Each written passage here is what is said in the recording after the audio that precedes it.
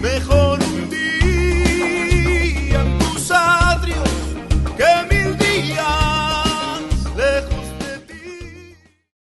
En este tiempo, respiro y liberación vendrá de alguna otra parte para los judíos. Mas tú y la casa de tu padre pereceréis. Y quién sabe si para esta hora has llegado al reino.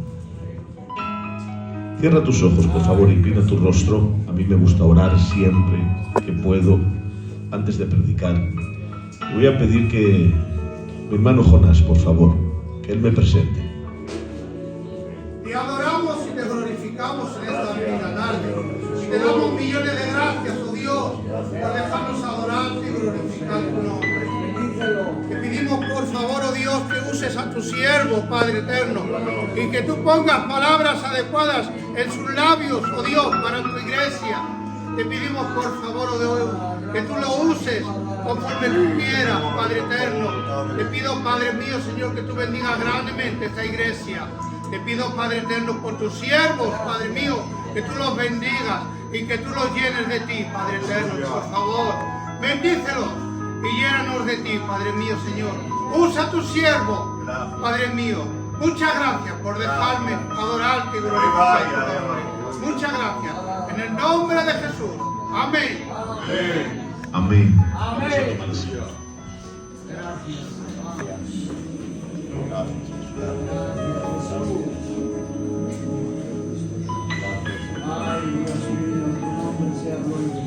Nos hemos leído la Escritura, hemos orado al Señor. Vamos a entrar en el tiempo de la palabra. Amén. Y quisiéramos hablar hoy de este texto, a la luz del cual pues aparece una enseñanza maravillosa para el pueblo de Dios. La enseñanza es que para Dios llevar a cabo sus propósitos y sus planes a lo largo de toda la historia de la humanidad, Él ha contado con hombres y mujeres que han estado dispuestos a cumplir su voluntad.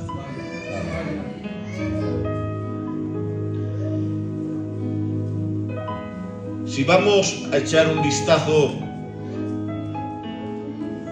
a vista de águila, podríamos decir, en el Antiguo Testamento, veremos que dice el libro de Génesis, capítulo 6, verso 5, que la maldad de los hombres era mucha en la tierra y que todo designio de los pensamientos del corazón de ellos, dice la Biblia, era de continuo solamente el mal. Es la generación del capítulo 6 del Génesis que está volcada al mal y al pecado. Mas en medio de aquella generación, Dios tenía a un Noé, varón justo, dice la Biblia, perfecto en sus generaciones y que caminaba en la voluntad de Dios.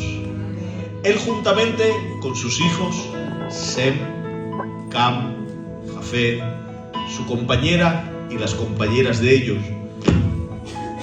llevaron a cabo la comisión de anunciar la justicia de Dios. Anunciaron que el juicio venía.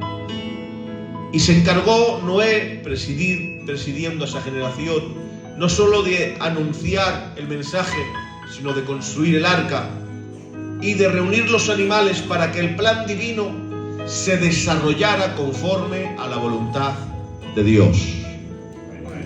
Porque Dios a lo largo de los tiempos siempre ha contado con un grupo de hombres y mujeres, con una generación que ha marcado en medio de esta tierra su voluntad. Años más tarde, en los días de la esclavitud de Israel a manos de Egipto, vemos que dice la Escritura en el capítulo 1 del libro del Éxodo que los israelitas eran oprimidos, inmersos en la dura servidumbre, tratados con rigor, con dureza y siendo víctimas de un genocidio, pues habían puesto sentencia sobre la cabeza de todos los hebreos, de todos los judíos. Pero Dios tenía ya preparado a una generación que iba a ser presidida por Moisés. Una generación que dice el libro de Hebreos capítulo 11, verso 24 en adelante: por la fe Moisés, hecho ya grande, rehusó llamarse hijo de la hija de Faraón, escogiendo antes ser maltratado con el pueblo de Dios que gozar de los deleites temporales del pecado, teniendo por mayor riquezas el vituperio de Cristo que los tesoros de los egipcios, porque tenía puesta la mirada en el galardón. Se le hizo la pregunta a Moisés, se le dijo: si callas en este tiempo, respiro y liberación vendrá de otro lugar, y tú y la casa de tu padre pereceréis como los demás. Pero Moisés decidió no guardar silencio. Gloria al nombre del Señor. Y con él Séfora, Josué, Caleb, Ur. Se levantó una generación que consiguieron dar libertad al pueblo de Israel de la esclavitud de Egipto y llevar al pueblo de Dios a la tierra prometida, cumpliendo así el plan, el designio y la voluntad de Dios. ¿Cuántos gritan un fuerte amén? Y a su nombre. Así lo vemos, hermanos, y quiero ir rápido a lo largo de la escritura. La generación del reino: Saúl, Jonatán, David, Salomón, Natán, Abisaí, Abiatar, Sadoc. Un grupo de hombres, entre también los que habían mujeres, marcados y elegidos por Dios para levantar el reino de la casa de Israel. Dios siempre ha contado con hombres y con mujeres para que su plan, su propósito, se llevara a cabo en el nombre de Jesús. Y hemos leído en los días del Imperio Medo-Persa. El Imperio Medo-Persa se ha hecho con el control del mundo antiguo.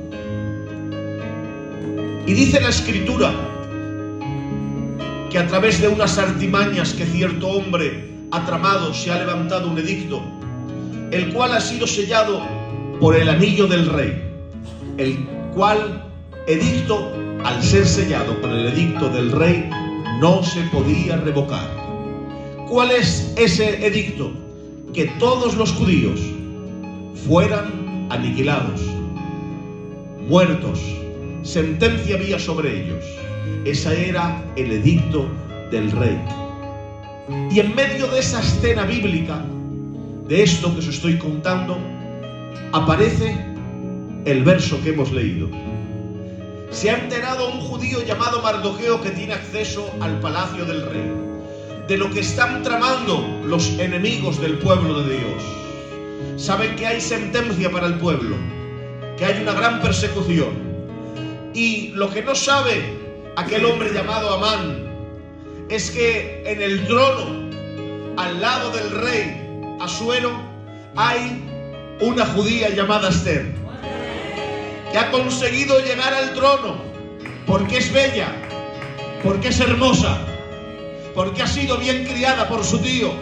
Pero el principal propósito, lo dice la palabra: para esta hora has llegado al reino, porque Dios la quería en ese lugar. Y estando en ese lugar, el judío Mardoqueo ha dado instrucciones a Atac, uno de los eunucos, para que vaya a traer el mensaje a la reina Esther, para que interceda ella delante del rey por su pueblo.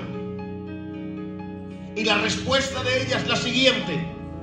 Capítulo 4 del libro de Esther, unos versos antes del que hemos leído, verso 10 en adelante, dice la Biblia: entonces Esther dijo a Atac que le dijese a Mardoqueo: todos los siervos del rey y el pueblo de las provincias del rey saben que cualquier hombre o mujer que entra en el palacio interior para ver al rey sin ser llamado, una sola ley hay para ellos. Mardoqueo, hay solo una ley si el rey no te llama. Hay solo un edicto que es infranqueable. ¿Cuál? Ha de morir. Solamente se liberará aquel al que el rey extendiera el cetro de oro, el cual vivirá. Y yo, Mardoqueo, no he sido llamada durante 30 me juego la cabeza, perderlo todo, la vida. Y entonces es la respuesta de Mardoqueo, el texto que me has leído. Si callas absolutamente en este tiempo, respiro y liberación vendrá de algún lugar para los judíos, mas tú y la casa de tu padre pereceréis. Y quién sabe si para este momento, para esta ocasión, para este tiempo has llegado al trono. Bendecido sea el nombre del Señor.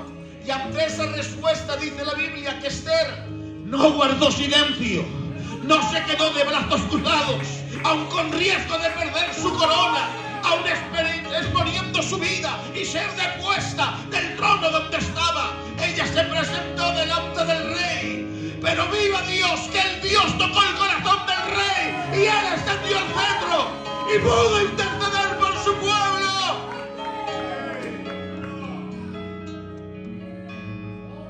Siempre Dios ha contado con una generación de hombres y mujeres para llevar a cabo sus planes, su propósito. En los días del inicio de la obra del Evangelio, Dios contó con 12 hombres. 12 hombres, y había un libro que decía comunes y corrientes. Hombres sencillos, pescadores, recaudadores de impuestos, labriegos. Hombres sencillos.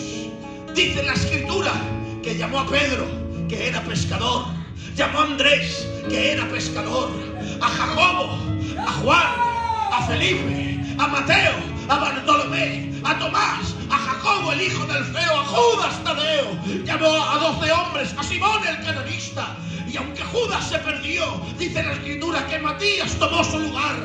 Estos hombres empezaron a anunciar la palabra de Dios y llenaron del Evangelio el mundo entero.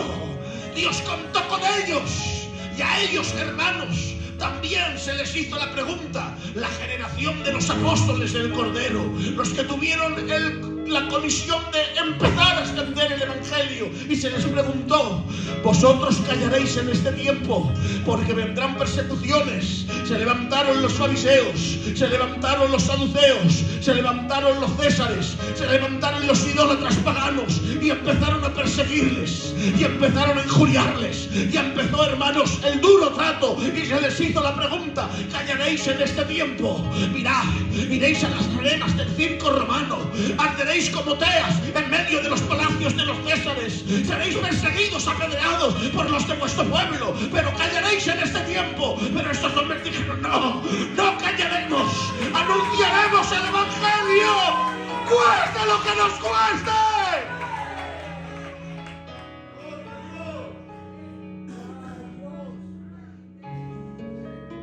Les martirizaron, les torturaron, los encerraron en cárceles, los llevaron a la cruz romana. Pero esos hombres tomaron la semilla de la palabra y fue regada con la sangre de los mártires, y empezó a florecer y empezó a crecer. Y Pedro, cuenta la tradición, que murió boca abajo, crucificado en Roma. Y cuenta que Andrés también murió en la cruz, en la parte de Mesopotamia, y que Jacobo, nos cuenta el libro de los Hechos, que fue traspasado por la espada de mano de Herodes. Y cuenta la Escritura que Juan murió de viejo, encarcelado en Patmos, aunque salió, dicen algunos, pero toda su vida perseguido. Y Bartolomé crucificado en la India, y Tomás alanceado también en la India. Y dice que Mateo, cuenta la Escritura, que estando en Etiopía predicando, allí le dieron muerte, les costó la vida, pero ellos dijeron: no callaremos, anunciaremos que Cristo vive, que Cristo es real, que la palabra de Dios trae vida, trae liberación.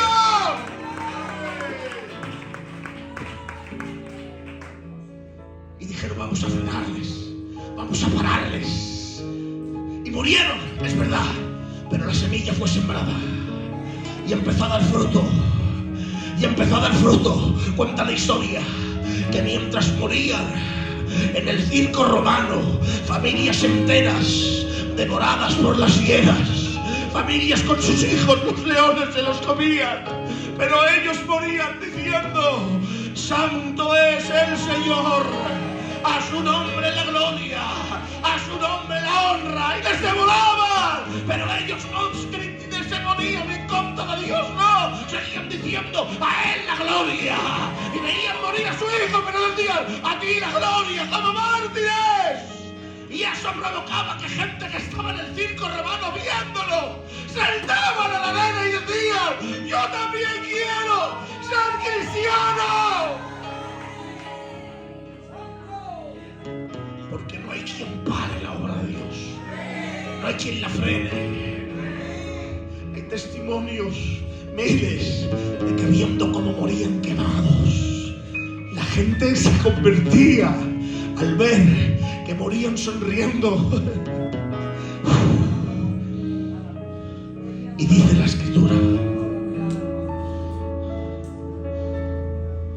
que la estrategia del diablo cambió, viendo que no podía parar el evangelio de esta forma, que mataban a 10 y se convertían 100, que crucificaban a 100 y salían miles creyendo por el testimonio de ellos. Se cumplió primera de Juan capítulo 2 verso 19. Salieron de nosotros, pero no eran de nosotros, porque si hubiesen sido de nosotros habrían permanecido con nosotros.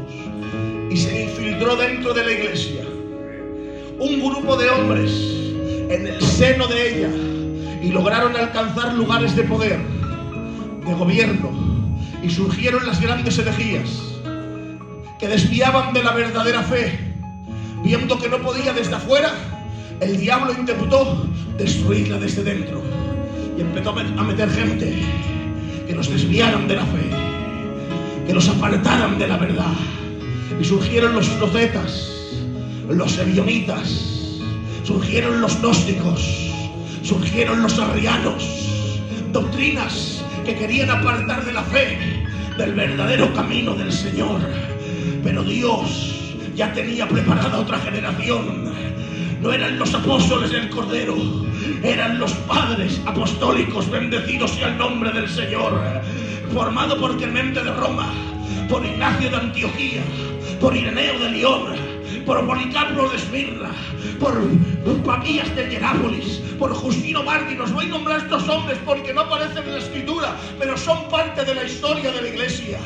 Hombres que también se les hizo la pregunta, la generación de los padres apostólicos, a ellos les dijo: si calláis absolutamente en este tiempo, respiro y liberación vendrá de otro lugar. ¿Qué haréis? Pero ellos dijeron: no callaremos, aunque nos cueste la vida, aunque nos traspasen con espadas, aunque nos claven en las cruces, aunque nos persigan y nos echen fuera de las ciudades y nos apedreen, seguiremos anunciando la verdad. Y la defensa de las herejías que hicieron, si ustedes miran, a pesar de ser sacrificados, sus libros que escribieron, los escritos que prepararon, aún hoy en día siguen condenando a las herejías y resaltando la verdadera doctrina y la verdadera fe. Cogieron a Clemente y lo ataron a un ancla y lo echaron al mar, pero él seguía diciendo: Cristo vive. Cogieron a Ignacio y lo llevaron al circo y lo echaron a las fieras, pero dijo él: soy trigo que va a ser molido por los dientes de estas fieras, pero seré una ofrenda agradable para mi Dios y para mi Rey. Morían dando testimonio. Cogieron a Policarpo y lo quemaron en la hoguera y le dijeron: si reniegas de Jesús, te salvas, te dejamos vivir lo que te queda de vida. Pero dijo Policarpo: 86 años he servido a mi Dios y a mi Rey y nunca me ha hecho nada malo. ¿Cómo ahora iba a negar su nombre? No, quemarme, encenderle el fuego, preparar las fieras, preparar las espadas, pero yo lo negaré, que Él es mi Rey.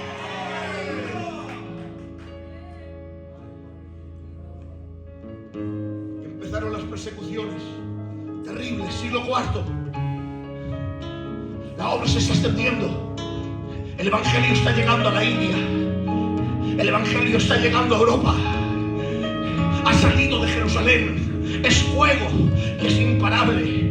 Pero la estrategia de Satanás es parar, detener, frenar. Y en el siglo IV, los césares como Nerón, Domiciano, que persiguen la iglesia, que aniquilan, ven que no consiguen nada. Y lo que hacen es que se levanta un emperador llamado Constantino el Grande. Y dice, ya que no podemos con ellos, vamos a unirnos. Y declaran que el cristianismo va a ser la religión oficial del Estado. Ya no les persigáis más, dejarlos. Bendecido sea el nombre del que vive. Ese tiempo, los que habían sido excomulgados volvieron. Los herejes, dice la Escritura, nos cuenta la historia, que fueron restaurados a la comunión con la iglesia. Los puestos de la iglesia fueron vendidos y concedidos por dinero y favores. Las Escrituras fueron veladas para que nadie pudiera interpretarlas y las escondieron y las pusieron solamente en latín, para que nadie tuviera acceso.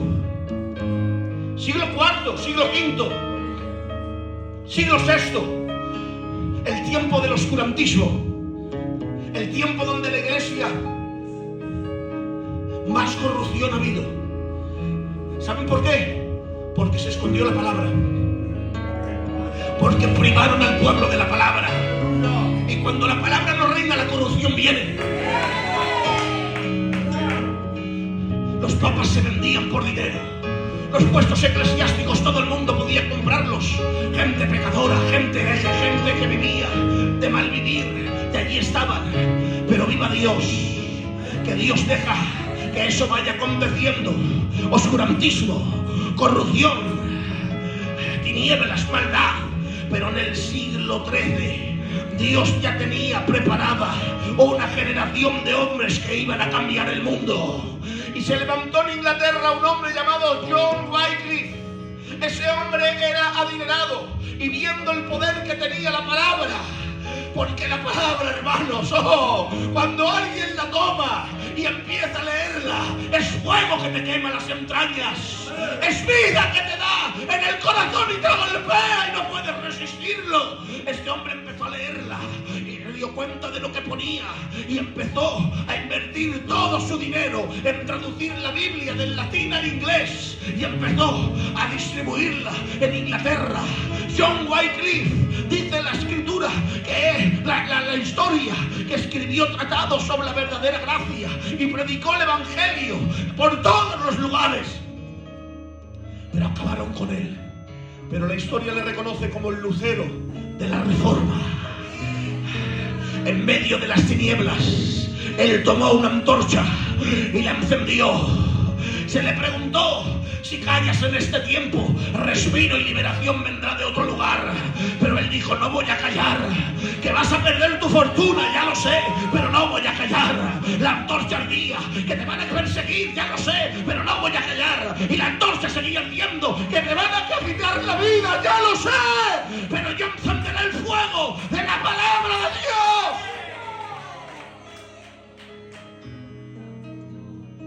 En el sur de Francia, un hombre llamado Pedro Brius conmovió el país con su mensaje.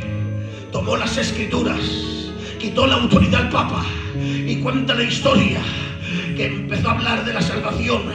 Y a los que estaban bautizados por la Iglesia Católica les dijo: necesitáis arrepentiros y volveros a bautizar. Empezó a conmover. La Reforma llegaba.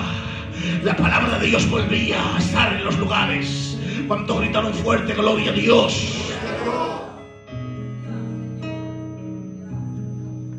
Santo. Satanás, viendo, levantó el Santo Oficio, la Santa Inquisición. Terrible lo que hizo la Santa Inquisición. Pero Dios tenía otra generación. Santo. Jeromo te llama. Tengo agua. Dios tenía otra generación, porque a Dios no se le acaban los recursos, porque a Él nada le pilla desprevenido. Dios no improvisa ni actúa sobre la marcha. Él es el Todopoderoso. Él es el que todo lo sabe y tiene el control de todo.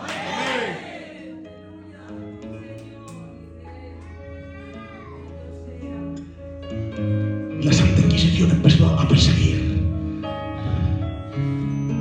Pero Dios tenía a Juan Hus en Austria, que empezó a predicar la verdad en contra del catolicismo. Y tenía a Martín Lutero en Alemania, que escribió las tesis, las clavó en la puerta de la catedral e inició el movimiento de la Reforma. Tenía en Italia un hombre llamado Girolamo Savonarola, que mientras él predicaba, los curas se sacaban los hábitos y decían: yo quiero tener la fe que tú tienes. Una generación que se le hizo la pregunta a William Tyndale en Inglaterra, a Jacobo Arminio en Holanda, a Casidoro de Reina en España. Tuvo que huir de España porque tradujo la Biblia al español. Lo perseguían, querían quitarle la vida, y se les hizo la pregunta: si calláis, respiro y liberación vendrá de otro lugar. Pero viva la gente que Dios la llama y no dicen no. Porque quiero decirte en esta tarde, a Dios le puedes decir que no. Puedes decirle no al llamado de Dios, pero no hay cosa más terrible, no hay ruina más grande de que Dios te llame, de que Dios quiera contar contigo y le digas no. No lo hagas, por favor.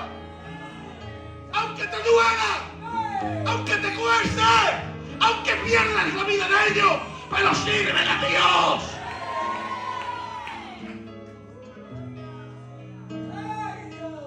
Estos hombres les quitaron la vida, murieron por servirle. Pero Dios ya tenía otra generación preparada.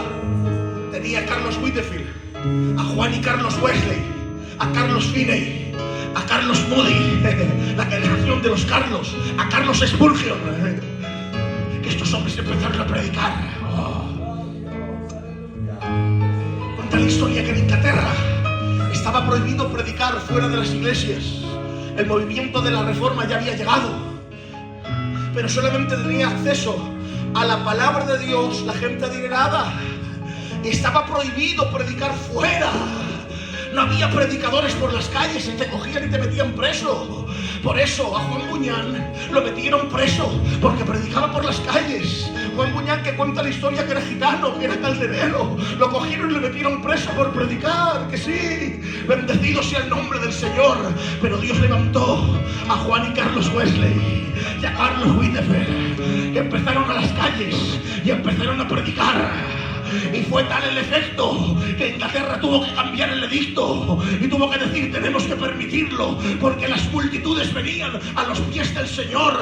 Y se dio origen a un movimiento llamado el Gran Despertar. Un país entero conmovido a la palabra de Dios. A precio de sus vidas tuvieron que irse, exiliarse algunos, marcharse a Estados Unidos, pero la palabra de Dios corría. Corría. Siglo XX.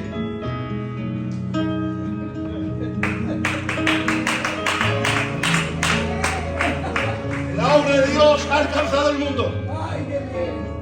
En Francia hay una obra llamada Asambleas de Dios.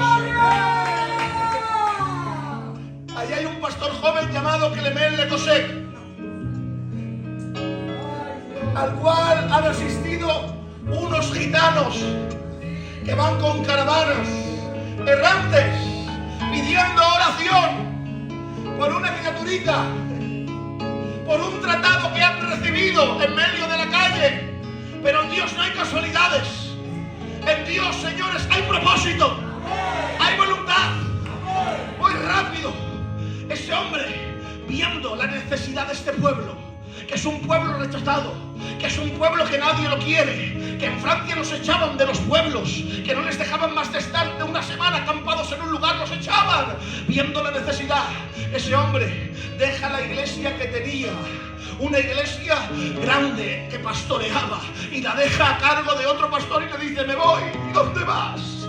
Voy a predicar a estos gitanos errantes que que nadie los recibe, seguro estoy que le dirían: por favor, Clement, ¿dónde vas a ir? Que son gente con rarezas, que son gente con mucho oscurantismo, que son gente con tradiciones muy arraigadas, son gitanos, tienen fama de ladrones, de estafadores, de malvividores. Pero era tal el fuego que tenía ese hombre que se le hizo la pregunta: Clement Le Cosé, si callas en este tiempo, respiro y liberación vendrá de otro lugar.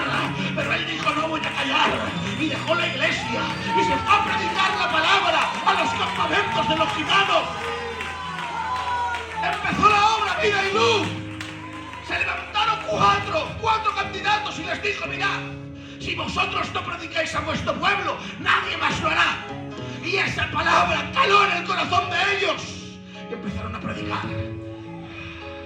Y entre ellos, mientras corría la palabra de Dios, sembrando con sangre, sembrando con lágrimas, sembrando con esfuerzo, se levantó Castro, se levantó Jaime, se levantó Emiliano, se levantó Joselito, que estaban allí, en la vendimia, y vinieron a España y dijeron: mira, la parte del norte para ti, la parte de Cataluña para ti, la parte del sur para ti. A ellos también se les dijo: si calláis, respiro y liberación vendrá de algún lugar. Pero ellos dijeron: no callaremos, os vais a arruinar, me da igual, vais a perder todo lo que tenéis, me da igual.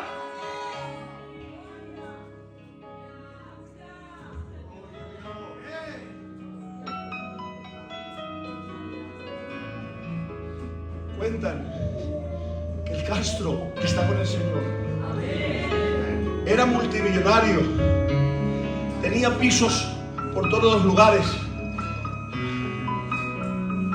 se arruinó, lo vendió todo por la obra. Y cuentan que un día, estando en la iglesia de Lériga, creo que fue, había una necesidad, una enfermedad creo que era, y pasaron una ofrenda y no tenía dinero para echar. ¿Sabéis qué hizo? Se quitó el anillo de casado que tenía y lo echó a la ofrenda. Lo echó a la ofrenda. Cuando acabó el culto le dijo a su compañera: mira, no tenía nada, solo tenía el anillo y lo he echado. Y ella le dijo: no te preocupes, porque yo tampoco tenía nada y también me lo he sacado y lo he echado a la ofrenda. Satanás le dijo: te has arruinado, lo has perdido todo. Y la respuesta de él fue: contigo lo gané y con Dios me lo gasté.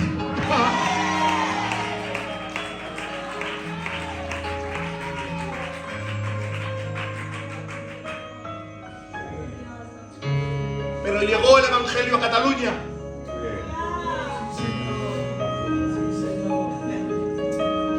Castro en Sabadell predicando, Alfredo predicando en la Rambla, y vino un gitanico que creo que vive, se llamaba Quemao, no se llama. ¿Y dónde vino? A las casas baratas. Y empezó la obra. Y empezó a arder el fuego. Empezó a arder el fuego. Y entró la casa del tío Mulato y la tía Pichi, que están con el Señor. Y gente que está aquí con nosotros hoy. Y entró la casa del tío Tito y la tía Cuchi, que están con el Señor. Y entró la casa del Damián también y su compañera la Malagana, que el Damián está con el Señor. Y entró la casa del Pesca y la casa del Jeromo. Y la obra, señores, empezó. Porque no hay quien la pare. Y a ellos se les hizo la pregunta, también les dijo: si calláis en este tiempo, respiro y liberación vendrá de otro lugar para este barrio. Pero ellos dijeron: no vamos a callar. ¡No! Seguiremos proclamando que Él vive. Que os costará perder, que os costará sacrificar, que tendréis que dejar. Pero dijeron: no. ¡No! Y entró el Emilio, y entró el Lute, Y siguió el evangelio y entró el Tito. Y siguió el evangelio y empezaron las casas a entrar. Pero señores, la obra no se ha parado. La obra continúa. La obra no hay quien la pare. Y se levantó en medio de esta iglesia el hermano Moruno. Gloria al Señor. Porque no hay quien pare la obra. No hay quien la detenga. Y entró la casa del Manolo y su casa. Pero Dios no se conforma y ha traído al David.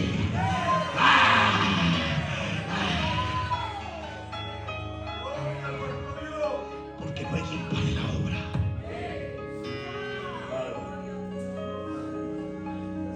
Pero Dios sigue contando hoy con un grupo de hombres y mujeres que estén dispuestos a dejarlo todo por servirle a Él. Y aunque el mensaje sigue entrando en otras áreas, yo quiero acabarlo aquí y decirte, es tu tiempo. ¿Qué vas a hacer? ¿Qué vas a hacer? Si callas, respiro y liberación vendrá de otro lugar.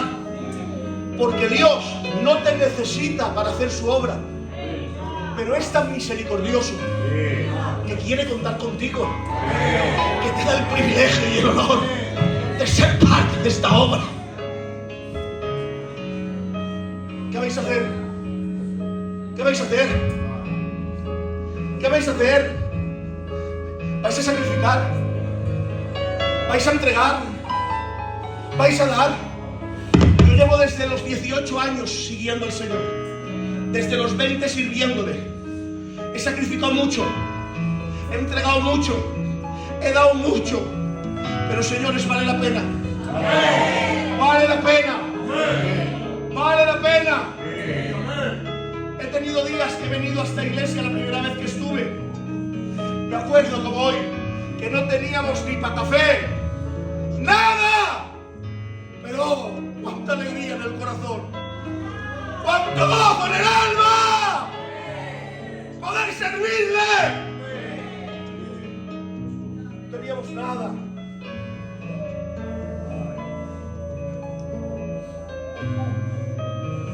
Ese día llegó la puerta del culto. Cuando yo entro en Casa Barata, la primera vez. No sé por qué cuento esto. Iba bien. Tenía 3 o 4 coches míos. Yo tenía 27 años, 3 o 4 coches. Tenía 3 o 4 o 5 mil euros al bolsillo. Era un rey. Un rey. Y me dice, ve a ir a Casas Baratas, qué alegría, Dios te va a bendecir en todas las áreas. Ya lo creo. Me quedé sin nada.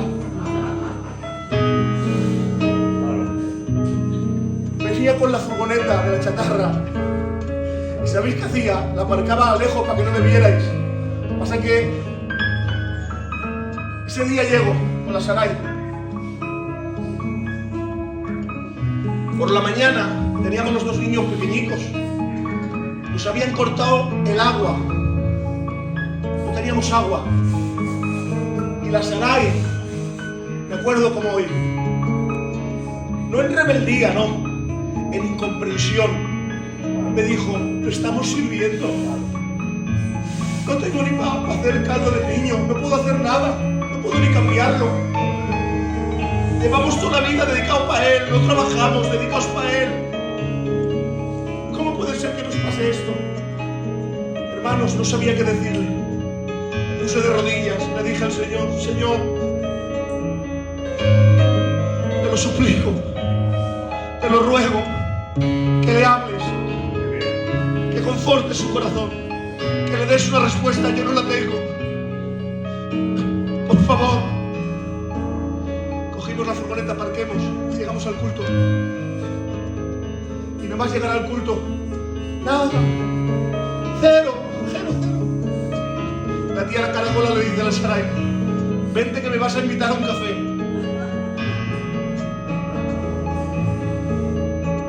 Y la Sarai me mira y me dice, ¿cómo la invito yo? Se la lleva.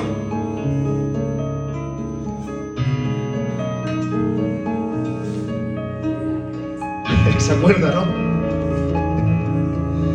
Ese día estábamos así, se la lleva. Me cogió y le dijo, mira, siento de Dios, Dios no me ha dejado dormir, no cojas esto. No tenemos nada. Y nadie sabía nada. Viene otra hermana y coge a la Sarai, no a mí, no a ella. Y le dice, Sarai, mira, no me ha dejado Dios dormir en esta noche.